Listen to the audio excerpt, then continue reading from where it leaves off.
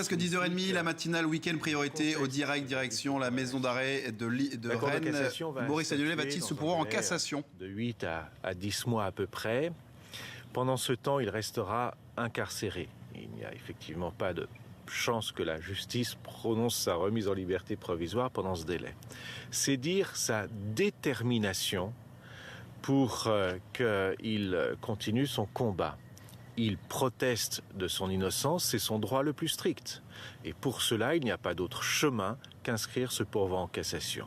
Et ceci au prix d'une détention peut-être plus longue, car sinon j'aurais pu demander une libération conditionnelle dans les mois à venir. Je vous rappelle que, compte tenu de la date des faits qui lui sont reprochés, le régime juridique qui est le sien et l'âge qu'il a aujourd'hui, 76 ans, font qu'il était recevable à formuler une telle demande. J'insiste parce que c'est vraiment à ce prix qu'il souhaite continuer son combat.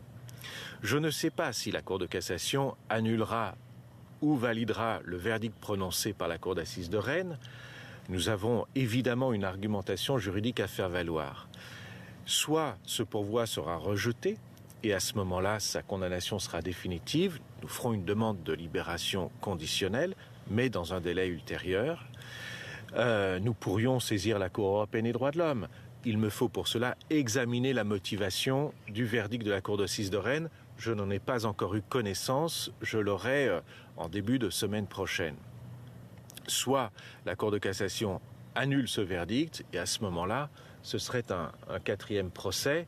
La décision de Maurice Agnelet, c'est vraiment la sienne, n'est-ce pas ? Est lourde de conséquences. Nous verrons en temps utile comment aborder cette nouvelle situation, le cas échéant. Vous êtes entretenu avec lui, comment va-t-il ce matin ? Écoutez, Maurice Agnelet prend les choses avec dignité, philosophie et courage.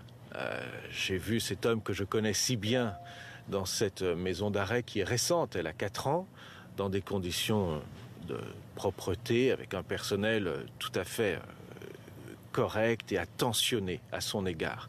Donc je vous le dis pour souligner le fait qu'il est là dans des conditions tant matérielles que relationnelles avec l'administration, les agents de l'administration, tout à fait correctes. Je suis rassuré pour cela. Mais vous savez, c'est un vieil homme. Être en prison, même dans de bonnes conditions matérielles, c'est une angoisse qui est importante. Et à cet âge-là, n'importe quel souci de santé peut dégénérer. Il a des pieds enflés, je vais pas vous en dire plus, mais c'est difficile pour lui, la crainte de tomber malade. Il n'y a pas d'âge pour aller en prison, ça c'est très clair. Mais pour un vieil homme, c'est une angoisse très spécifique. C'est la crainte de tomber malade et puis de voir sa santé se dégrader entre 4 murs. En tout état de cause, vous restez... La visite de ses fils ce matin, de l'un de ses fils. Écoutez, je vais contacter son fils Thomas Agnelet dans la journée et il verra son père s'il le souhaite, mais de manière confidentielle. C'est normal que nous nous retrouvions là maintenant pour parler de son devenir judiciaire. Ce que je souhaiterais, c'est que Thomas puisse bénéficier de la discrétion pour visiter son père s'il le souhaite. En tout état de cause, vous restez son défenseur, malgré les déclarations de Guillaume, le fils, qui ont certainement ébranlé à la fois votre client et vous-même. Mais j'ai clairement dit que les déclarations de Guillaume Agnelet m'avaient effectivement ébranlé. Pour autant, je reste évidemment l'avocat déterminé de Maurice Agnelet, parce que ce procès l'a montré, l'approche de cette réalité passée, elle est bien complexe. Il y a des questions de preuves qui font défaut, il y a des questions de relations psychologiques très complexes entre les uns et les autres.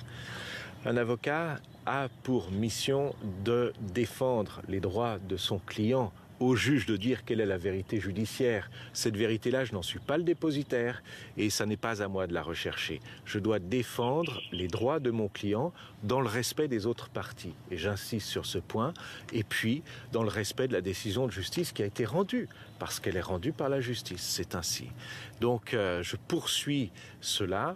Nous verrons ce que décidera la Cour de cassation dans les mois qui viennent.